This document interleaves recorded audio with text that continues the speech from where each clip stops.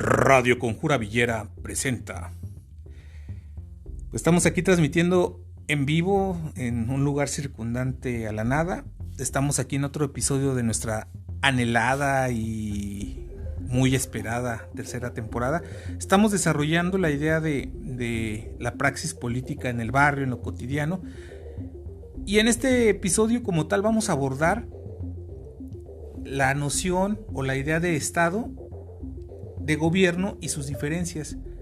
Y está conmigo el experto en política mexicana, traído desde la UAM Xochimilco, un catedrático emérito, alumno del doctor Enrique Dussel. Con ustedes, Villeros, César. Muchas gracias, Alberto. Puras falacias lo que dices, pero gracias por la presentación. Fíjate que dentro de esta que tú también autodenominaste política didáctica, pues sí vamos a abordar también lo que es esto de Estado-Nación. Y pues podríamos empezar con cómo surge o por dónde lo quieres empezar a abordar. Sí, por dónde surge me parece bien. Bueno, pues la verdad no tengo idea de dónde surge, pero sabemos que no siempre existió el Estado tal cual como lo conocemos ahora, el Estado moderno o el bien llamado Estado-Nación. Sabemos que empezamos más bien con pequeños clanes y con etnias, que dentro de estas etnias o clanes se fueron creando pequeñas diferencias con otras en el sentido de cultura, lengua y pues con qué identificarse, ¿no? Algo como el territorio es lo que también define mucho. Y por ejemplo Luis Villoro también habla sobre que antes que el Estado también podríamos decir que había una especie de nación, que la nación no precisamente estuvo ligado desde el inicio con el Estado. Y en la nación encontramos lo que es la historia del pueblo, la cultura y ciertas tradiciones.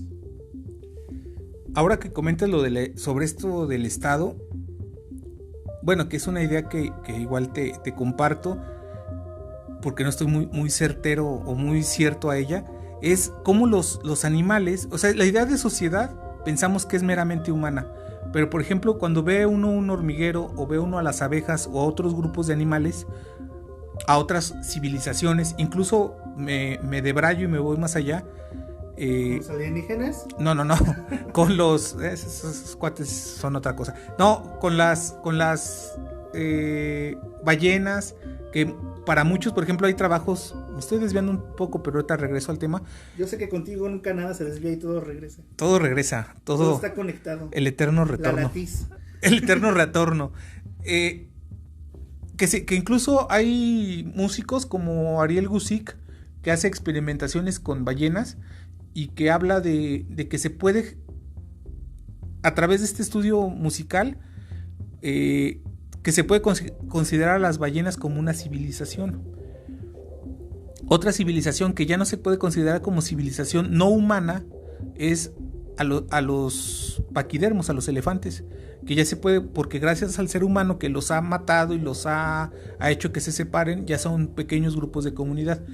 Digo todo este rollo porque muchas veces desde nuestro antropocentrismo todo lo medimos, todo lo humano, y nos perdemos de los animales que tienen sus sistemas de organización también. Y esta idea social del ser humano que le damos y hablo desde mi ignorancia, igual para que me corrijas, siento que también los animales tienen estos grupos sociales, estas organizaciones sociales, y aterrizándolo esto al Estado, como la primera organización del ser humano social no es una idea ni de familia, porque la familia creo que se conecta mucho con la idea agraria y que llevaría al capitalismo, sino son estos pequeños clanes, estos pequeños grupos de sobrevivencia que en nuestros antecesores como los neandertales o los homo sapiens que compartieron espacio común, muchas veces estos grupos o estos clanes, la unión de 2 o 3 familias, 4 nómadas, empezaron a sobrevivir, y ese es el antecedente de una organización humana, y que pasando los milenios y todo esto llegaríamos a lo que conocemos hoy, porque por ejemplo la idea de patria, todo esto de que muchas, no solo feministas, muchos estudiosos hablan del patriarcado. Es esta idea que ya llega tanto con los hebreos como con los romanos. Esta idea del pater, ¿no? De ahí viene la idea de patria. O sea, el padre de familia es el que cuida a su clan, que es su familia. La idea del poder del Estado es cuidar a sus ciudadanos, que también estuvo en los reinos feudales. Yo soy el pater, que tiene una potestad, que lo recubrían siempre de una potestad divina. Soy el que cuida a mis ciudadanos, o a mis vasallos. ¿De qué los cuido a estos vasallos? Los cuido de invasiones de otros reinos que puedan venir a atacarnos y a desposeernos de nuestras tierras. Y posteriormente llegaría al Estado moderno, pero me estoy adelantando. Pero más o menos sería así como ir hilvanando esta idea del Estado y de la organización humana, que es algo muy complejo y que obviamente hablo también desde mi ignorancia, pero Como no, siempre. sí, bueno, no podemos hablar desde otro lado, ¿no? Pero De hecho, esto lo hacemos para que nos corrijan y aprender. Aprender, precisamente. Pero al final del día es interesante saber cómo nos organizamos los seres humanos y cómo siempre ha habido un poder hegemónico que ejerce control y autoridad sobre los seres humanos a nivel social, y cómo no nos podemos liberar, y que estamos llegando a un nivel penoso, o sea, todas las edades han sido lo mismo. Pero bueno, dejo de debrayarme y No, muy bien, muy bien. Tú eres la parte sensata de este podcast. Claro que no. Coincido contigo. Sí, precisamente como te comentaba, Luis Villoro habla de esta noción más que de nada de identidad, ¿no? En cuanto a lo que comentas sobre los animales y toda esta parte de cómo funcionaban estas pequeñas etnias o pequeños grupos, pues sí, ahí yo creo que necesitaremos también un poco más de ayuda de alguien, que un antropólogo, ¿no? Hay que nos diga en los comentarios. En la cajita de comentarios, por favor. Pero sí, dando el salto hacia donde tú dices, pues vienen también las cuestiones de monarquía, ¿no? O de imperios. Y ahí vemos que todavía no está definido un estado tal cual, no un estado moderno, sino incluso hay varias coronas dentro de un mismo territorio. Por ejemplo, en Inglaterra, lo hemos visto en Francia, en la historia eurocéntrica, ¿no? Que es a la que más acceso hemos tenido. Pero posteriormente ya empiezan a consolidarse más este tipo de alianzas entre esas coronas, en común con un territorio, donde también ahí es donde ya empieza a delimitarse ciertas cuestiones, y ya entonces, obviamente delimitado también en la base de lo que te decía de la identidad, que es el idioma, la raza o la lengua y la geografía. Y, por ejemplo, Thomas Hobbes habla sobre el estado de la naturaleza, que es precisamente en esta parte donde no hay estas leyes políticas o este estado, y precisamente en este estado de naturaleza, pues coincidamos o no, no es que esté bien o mal, porque no habla de bien o de mal, sino de una naturaleza, según Hobbes, donde entramos todos en conflicto de intereses, ¿no? También unos con otros, y entonces como humanos o como seres pensantes necesitamos alguien que lidie. Y dentro de lo que tú mencionas del pater, que ya venía con la monarquía, pues no es que se consolide tal cual aquí, pero va un poquito de la mano entre la monarquía y lo que es el Estado moderno. Pues se crea el Estado político, para que precisamente sea él quien se encargue de lo que tú mencionabas, de cuidar o de dirigir o gobernar, ¿no? Y ahí empieza ya un poco más a tomar forma, esta estructura de autoridad del Estado, que ya empieza también entonces como buen papá, como papá gobierno, empieza a meter a su casa, a su territorio, digamos, a esos pequeños grupos con los que coinciden en lengua o historia, o se da cuenta que hay cosas afines, y las pone bajo un mismo techo, bajo un mismo dominio político y militar. Y en esa homogeneidad ya viene de una sociedad heterogénea, valga, pues lo meten en una homogeneidad, y ya es como se empieza a consolidar el Estado moderno. Ahora que mencionas eso, creo que parte importante de la configuración del Estado moderno es cómo en la Edad Media o en la Alta Edad Media, estos señores feudales y las grandes monarquías, o sea que el Estado moderno como lo concebimos, creo que tiene su antecedente en los reinos feudales y en lo que tú mencionas acertadamente, en las coincidencias tanto del lenguaje como culturales, y cómo poco a poco había pequeñas comunas o pequeños grupos o clanes, y estos reinos feudales que poco a poco se fueron convirtiendo en estado moderno, porque ahorita nosotros lo estamos teorizando, pero en la práctica esto se devino en siglos y se fue convirtiendo gradualmente hasta que posteriormente los teóricos, como menciona César, a Thomas Hobbes u otros, empezaron a teorizar sobre la idea de que el Estado moderno se había generado entre el siglo XII-XV, pero fue un paso gradual entre los señores feudales, la monarquía, y de la monarquía se devino en el Estado moderno como lo conocemos. El Estado como un ente abstracto, conceptualizado, donde está el poder, un poder hegemónico basado en instituciones de las naciones. ¿Qué instituciones? Un poder que emite leyes y un poder que hace la justicia social, como el judicial, que posteriormente eso ya lo tenemos después, pero que sus antecedentes lo tenemos en estos primeros estados, entre la Alta Edad Media y el Renacimiento, que son como prestados, por llamarlos de algún modo, y que devienen, y que posteriormente teóricos como Max Weber mencionan una idea que es aterradora, pero está en las entrañas del Estado, la idea de que el monopolio de la violencia lo tiene el Estado. Y en uno de los episodios de esta tercera temporada hablamos de los mecanismos de coerción del Estado. Ahorita estamos definiendo lo que es el Estado. El Estado sería ese concepto que institucionaliza el poder ejercer leyes, el poder generar justicia social, que en el fondo no es justicia social, en el fondo es una idea particular. El poder judicial en todos los países en el mundo es uno de los poderes más reaccionarios, porque lo que hace en el fondo es cuidar la propiedad privada de una élite gobernante, de una élite política, de una élite económica y de una élite financiera. No le interesa. El poder judicial básicamente, a grosso modo, habrá algunas excepciones o algunas muy raras, pero en general lo que busca es proteger los intereses de las personas más ricas, de los políticos encumbrados, y no los intereses del pueblo. Entonces hay que entender esta configuración del Estado desde esta cuestión del poder de los, y que igual ahorita me estoy adelantando al gobierno, porque la gran diferencia para mí, igual ahorita César en su aporte dirá si me estoy yendo por la tangente o no. La diferencia entre el Estado y el gobierno es que el Estado sería este concepto y estas instituciones, y el gobierno sería, a mi ver, las personas en particular que detentan este poder. Ejemplo, el Estado mexicano, pues es la Suprema Corte de Justicia, la Cámara de Diputados, la Cámara de Senadores y el Poder Ejecutivo.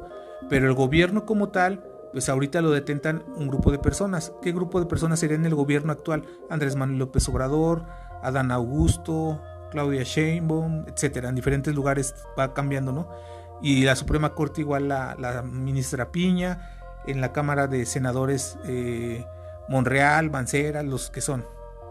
Pero el gobierno serían ellos, las personas, y el Estado es la institución. Más o menos es como yo lo concibo, diciéndolo de una manera simple y de una manera rápida, porque obviamente es más complejo, pero dicho de una manera como van estos episodios, esta política didáctica, a grandes rasgos lo pienso así. Coincido, así es, yo también lo veo de esa manera. En cuanto dices lo del Estado, pues sí debemos que entender que ya quienes, o el gobierno prácticamente, ya viene a hacer esta parte de organización, con términos dusselianos, pues las potestas, las instituciones, y es donde concentra el monopolio de la violencia en los gobernadores, ¿no? Tanto el Estado, que se le ha llamado así, pero más bien es el gobierno quien ostenta. Pero hay una entre paréntesis muy importante. Sí son los gobernantes, pero los gobernantes sin el poder abstracto que les da el Estado, de la representación del Estado. Exacto, no podrían hacer nada. Claro. O sea, si Andrés Manuel se declara, y es un ejemplo, presidente legítimo, pero si las instituciones, pongo ese ejemplo porque es un ejemplo muy evidente, Y si verídico. histórico, si las instituciones del Estado no lo avalan. Sí. No lo avala la Cámara de Diputados, no lo avala el Poder Judicial, no lo avala el INE, que también es otra institución, pues no lo avalan. Puede tener una representación popular que la tuvo en el Zócalo cuando se declaró presidente legítimo, pero ante el Estado no tiene esa potentía, como dices tú, Duceliana, no la tiene, y al no tenerla, pues yo me puedo proclamar también senador, pero si no tengo esa validez que proclamar rey incluso, ¿no? Y validar y si no me valida el Estado, no puedo hacer todo esto. Entonces, presidentes como Peña Nieto, que era un pelmazo, o Calderón, Fox, que era mejor comediante que presidente, pues obviamente ellos podían hacer cualquier cantidad de sandeces y tonterías avalados por un Estado que los legitimaba. Exactamente.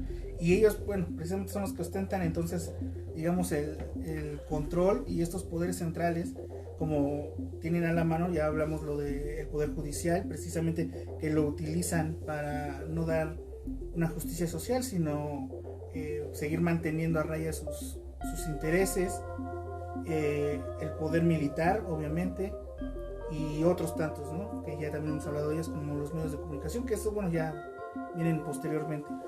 Pero básicamente es eso. Y también no debemos olvidar que al final es una especie de tiranía, porque en la cuestión del concepto de Estado, porque como lo dije anteriormente, es hablar de una cuestión heterogénea, de una sociedad heterogénea, donde la quieren llevar a una cuestión homogénea, y pues no sabemos que es lo mismo el norte de México que el centro de México, al sur de México, ¿no? Sobre todo. Entonces, también esto, Luis Villoro nos habla sobre que estamos en un estado, debemos de trascender, curiosamente, Luis Villoro dice, hay que trascender a un estado pluricultural. Tenemos que entender que somos un estado pluricultural, porque ahorita lo podemos decir, pero en realidad, o sea, en la práctica, estas pequeñas comunidades o pequeños sectores todavía de la población siguen siendo marginados y no siguen siendo representados realmente. El Estado quiere llevar a la uniformidad, a la homogeneidad, y pues no, tampoco, ¿no? O sea, no se han respetado ciertas cuestiones, sobre todo en el sur, o sea, en todas partes de México, pero sobre todo en el sur. Y entonces aquí, más bien por eso Luis Villoro es que menciona que debemos de trascender hacia una pluriculturalidad. No, y también ya hablando y ya adentrándonos en el Estado moderno, después del siglo XV es cuando se da más notoriamente una separación de poderes. O sea, todo sigue siendo el Estado, pero para que el Estado tenga, en teoría, porque en la práctica no es así, cada poder va a tener su peso específico, el poder judicial, bueno, el poder legislativo y el poder más bien ya depende de los sistemas políticos que cada nación o cada sí, porque cambia, porque en Canadá es el primer ministro, por ejemplo, que no es lo mismo que un presidente, y diferentes sistemas de gobierno. Porque, por ejemplo, en Inglaterra y en España sigue la cuestión monárquica, o sea, sigue existiendo reyes que son los que están por encima, en la cabeza, en la punta de la pirámide, y después el primer ministro, que no es presidente, sino como representante de esa parte. Y retomar un poco lo que comentábamos en otra villera, cómo a lo que llamamos democracia, hoy en día es más un sistema representativo que no nos representa, que simula representarnos, pero que está sostenido por los poderes económicos, que son los que realmente ejecutan de facto las acciones concretas del poder, son los que realmente ejecutan el poder a través de los administradores, que son los políticos. Entonces, en muchas ocasiones, realmente los políticos se convierten en administradores públicos, pero los que tienen el poder económico son los que realmente tienen el poder político. Ejemplo de ellos, igual César lo sabe mejor que yo, para aterrizarlo en cosas concretas, que ahorita quizás uno de los episodios más teóricos, pero también necesario, y estas reflexiones históricas, y también aterrizarlo en acciones concretas. El ejemplo es, por ejemplo, la ley Televisa, donde un duopolio a través del poder legislativo están generando una ley a modo para ellos mismos. Y entonces de lo que se trata es de de que los representantes, que en teoría deben ser populares y representar a los ciudadanos de ese distrito, pues no están representando a ellos, están traicionando a su elector por los favores de un poder real, económico, como pueden ser las televisoras, como pueden ser los periódicos, como pueden ser los bancos, como etcétera. Entonces, esta desconexión es la que a donde queremos llevar este episodio y la temporada en general, donde realmente el Estado, en teoría, tendría que ser un representante de los ciudadanos, y realmente no lo es, y el poder radica en estas personas. Sí, en teoría tendría que ser, y de hecho eso es a lo que muchos llaman en la democracia o en las repúblicas el estado de derecho o el estado de bienestar, que en teoría debe ser este estado o el gobierno, y el gobierno por lo tanto al ser representantes de quienes proveen de derecho y de bienestar a toda la población que ellos consideran, bueno, que institucionalmente se considera están bajo su dominio. Y perdón por la palabra, pero no se me ocurre otra cosa más que dominio. Y algo que dices, bueno, perdón por la nada más termino sí. Con lo que también hablaba, esto es en teoría de lo del Estado de Derecho, y también ver la parte de lo que mencionaste en la cuestión económica y los poderes fácticos. Aquí tú como historiador ¿Qué historia? Me corregirás, pero bueno, sabemos que en la monarquía, o creo que fue el feudalismo la monarquía, o fue viceversa, perdón, ya me tripié. No, es bueno, van de la mano. Porque muchas veces en la quieres hacer, nada más así apunte rápido sobre lo que estás diciendo. Muchas veces uno quiere hacer como ver la historia muy lineal, pero muchas veces muchos eventos fueron ocurriendo simultáneamente y no es tan lineal como nos lo enseñan y como nosotros lo pensamos. Bueno, dentro de la monarquía y el feudalismo pues estaba sobre todo el mercantilismo, ¿no? Que esta era como el factor económico mayoritario, ¿no? El mercantilismo. Y aquí viene el parteaguas con la Revolución Francesa, donde ya ascienden los burgueses y empieza más la cuestión del comercio. Siempre ha existido el comercio, pero digamos como que ya empieza aquí con otra clase que es la burguesía, ¿no? Ya no está tanto ostentado en el mercantilismo con los monarcas. Empieza la burguesía, hablamos del capitalismo, y es aquí donde empiezan los privados o el sector privado, que son precisamente quienes empiezan a llenar las arcas y quienes empiezan a tener más poder adquisitivo y por lo tanto empiezan también a jugar un papel más importante. De ahí vienen, bueno, para mí una gran parte de los poderes fácticos, que es lo que mencionabas, que son realmente quienes se apoderan o se apropian de la política pública. Pero bueno, sí, no, sobre lo que comentas del Estado de Derecho, a mí me viene, para aterrizarlo en ejemplos concretos y a nuestro país, el ejemplo de cuando se quieren hacer la ley de seguridad interior, que por ejemplo viene con lo de Peña Nieto y que López Obrador ahora con la Guardia Nacional. Esta idea de que cuando esté en peligro la seguridad pública por X o Y que regularmente, por desgracia, es cuando la gente está protestando, cuando la gente está saliendo a las calles por X o Y motivo fuerte, y que no solo en México, en otros países, por desgracia, es nosotros como Estado, y al tener el monopolio de la violencia, lo que podemos generar para que prevalezca el Estado de Derecho es momentáneamente que se quiten los derechos para nosotros poder salgan la Guardia Nacional, la Gendarmería o quien sea a restablecer la paz social y el orden.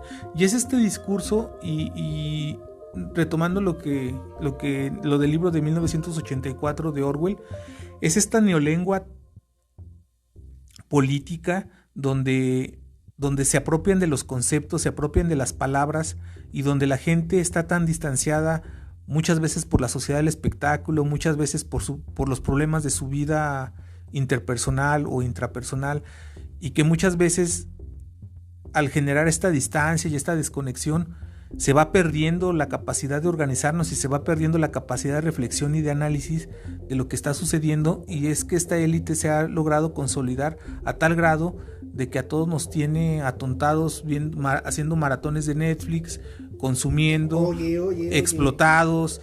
Y estoy viendo la serie de García Luna en García Luna de Nueva York, pero un pobre policía perdido en Nueva York, el super policía.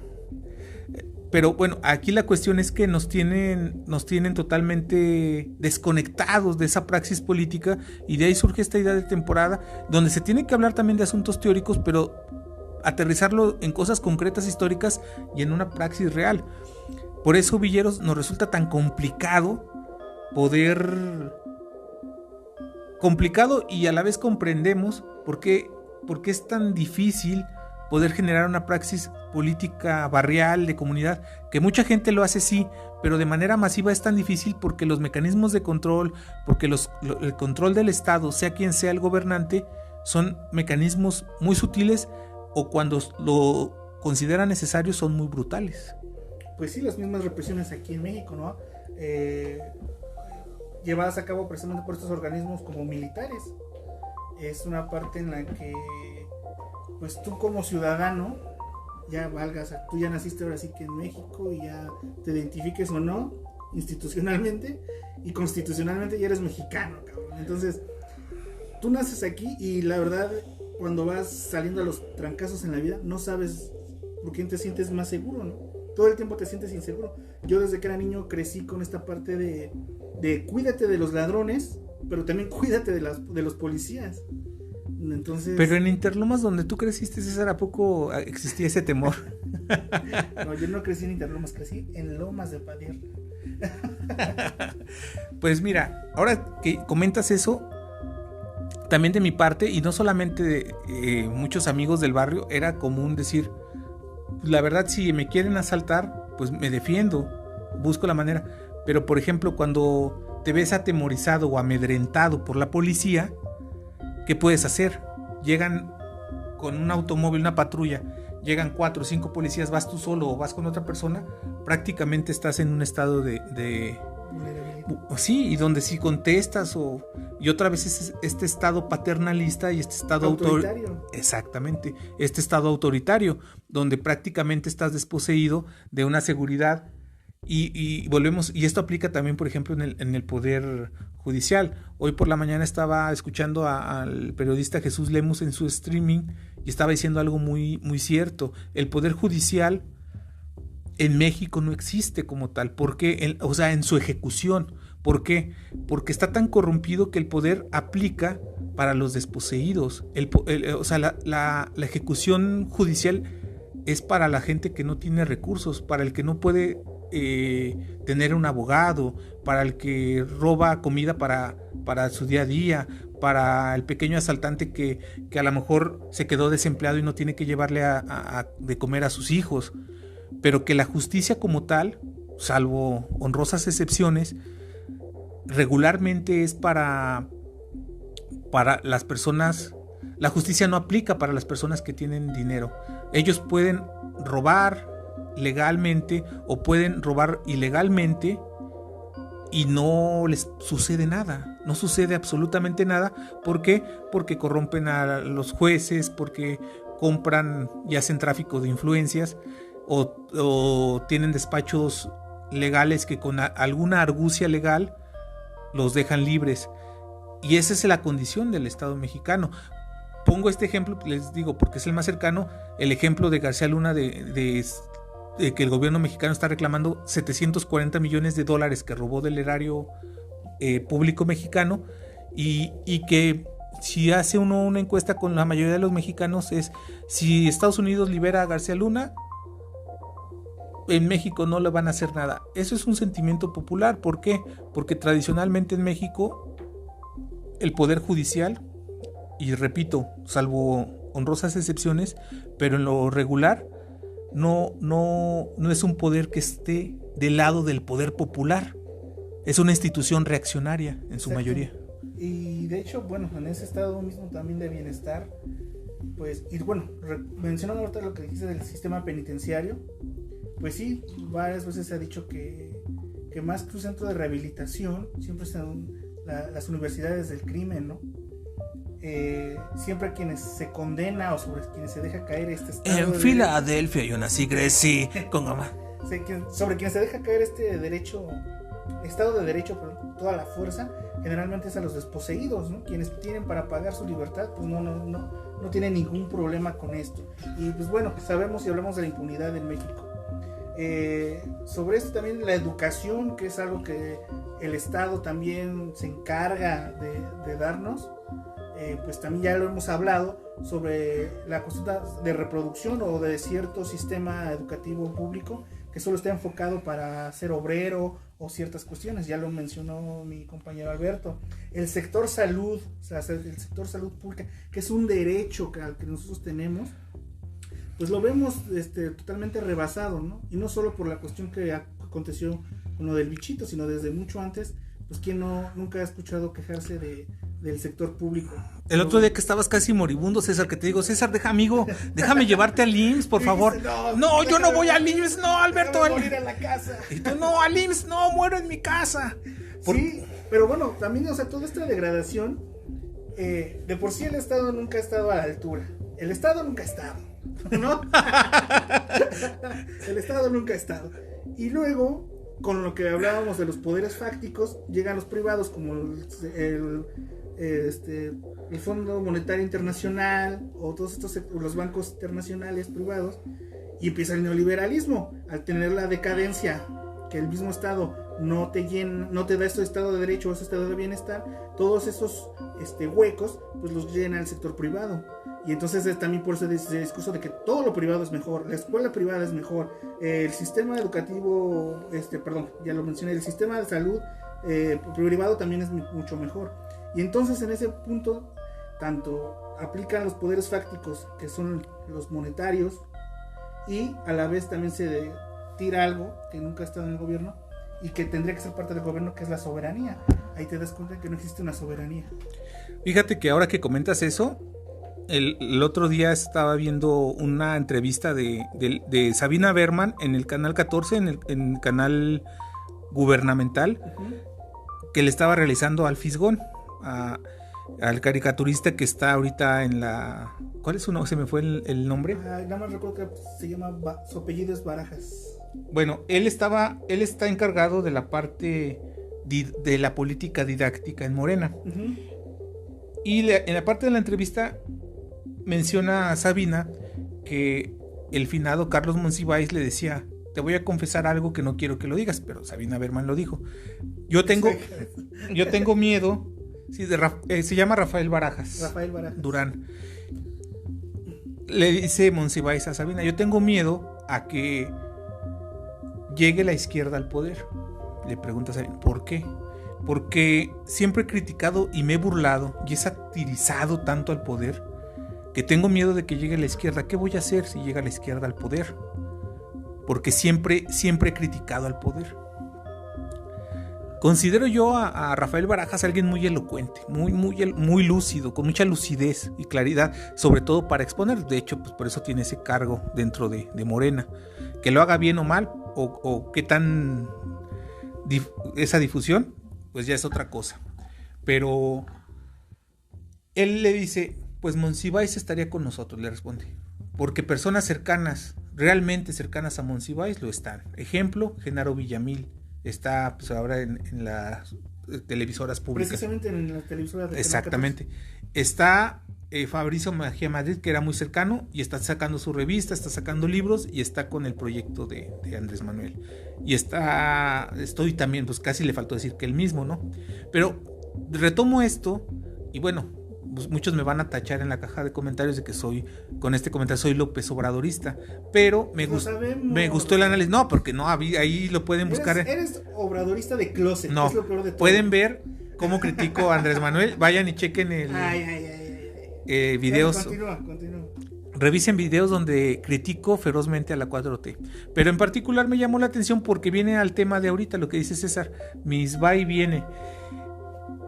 Dice el Fisgón: pero nosotros seguimos siendo oposición, Sabina. Y Sabina se queda sacada de onda, Sabina Berman. ¿por qué? O sea, diciendo, ¿cómo que eres oposición si Andrés Manuel dijo, sí, Sabina, porque dentro del poder neoliberal en el 82, que se inaugura en México con Miguel de la Madrid, se generó lo que comenta César, un estado neoliberal que comenzó a hacer privatizaciones y que estuvo en todas las esferas, poder judicial, en el INE, poder legislativo, etcétera. En todos los poderes se inquistó el sistema neoliberal, a tal grado que se volvió transeccional y se volvió transnacional. ¿Qué quiere decir esto de transnacional? Y lo que decía el Fisgón en la entrevista con Berman, a tal grado de que nosotros somos la oposición a ese sistema neoliberal transeccional y transnacional. La globalización. ¿Por qué? Porque lo detenta el Fondo Monetario Internacional, que si tú, por ejemplo, ahora que tuvimos el problema del confinamiento y del bichito, cualquier cosa que tú quisieras endeudarte con el Fondo Monetario Internacional, obviamente te endeudas conmigo, México, pero ¿sabes qué? Yo necesito que te endeudes, pero ¿tú a qué te comprometes? Y eso ya sabemos que son las privatizaciones. Obviamente, te vas a comprometer a darme tu sistema de salud, te vas a comprometer recortes públicos. Exacto. Entonces, volvemos ahí y lo que decía el Fisgón, que podremos estar de acuerdo o no con esa afirmación, pero me pareció una afirmación muy interesante, porque dice, incluso nosotros teniendo la presidencia de la República, y podemos estar o no de acuerdo en muchas cosas con Andrés Manuel, que algo de lo que yo le critico es, por ejemplo, su enamoramiento con el poder militar, porque en eso no quedamos, Andrés Manuel. En eso no quedamos, cabrón. En eso no quedamos, no, corazón. Está como el meme de Andrés Manuel, bueno, de Santa Claus, ¿no? Que va caminando y un tipo desde atrás gritándole, no me trajiste esto, que no sé. Exactamente. Entonces, a lo que yo voy es que él hace una crítica a que el poder del Estado ya no solamente es nacional, el poder del Estado se ha vuelto supranacional. ¿En qué sentido? Lo detentan los grandes organismos internacionales que se crearon después de la Segunda Guerra Mundial. Y ahí sí estoy de acuerdo con el Fisgón, con Rafael Barajas. ¿Por qué? Porque el Fondo Monetario Internacional, el Banco Mundial y otros 2-3 grupos son los que realmente detentan el poder de un estado supranacional que va sometiendo a su antojo y como si estuviera jugando a un Monopoly terrible a los distintos países. Hoy le toca crisis a Grecia, pues vamos con todo con Grecia. Hoy le toca a México vivir el efecto tequila, vas México, etcétera, etcétera. Ahora le toca a la banca de la Reserva Federal, va. ¿Por qué? Porque ellos se ha generado un estado supranacional. Igual me extendí con este ejemplo, pero creo que va muy acorde, porque ya no podemos hablar, y lo que decía César, en un estado globalizado como ahora, no podemos hablar de el concepto, y el concepto de Estado-Nación ya se vio sobrepasado. O sea, el concepto de Estado-Nación actualmente siglo XXI ya está sobrepasado y ya hablamos de estados supranacionales con organismos supranacionales como el Fondo Monetario Internacional, el Banco Mundial, que son los que erigen a través de un sistema financierista a qué países ahorcan, a qué países favorecen y cómo van manejando la deuda. Me dejas perplejo, mi querido compañero. Pero ¿qué te parece? Me parece buen cierre y que lo dejemos algunos temas para precisamente seguir hablando sobre esto en un episodio más que hablemos sobre geopolítica. Perfecto, Dirijillo. Bueno, pues hasta aquí la dejamos por ahora y... Sean felices ustedes que pueden y corre y se queda.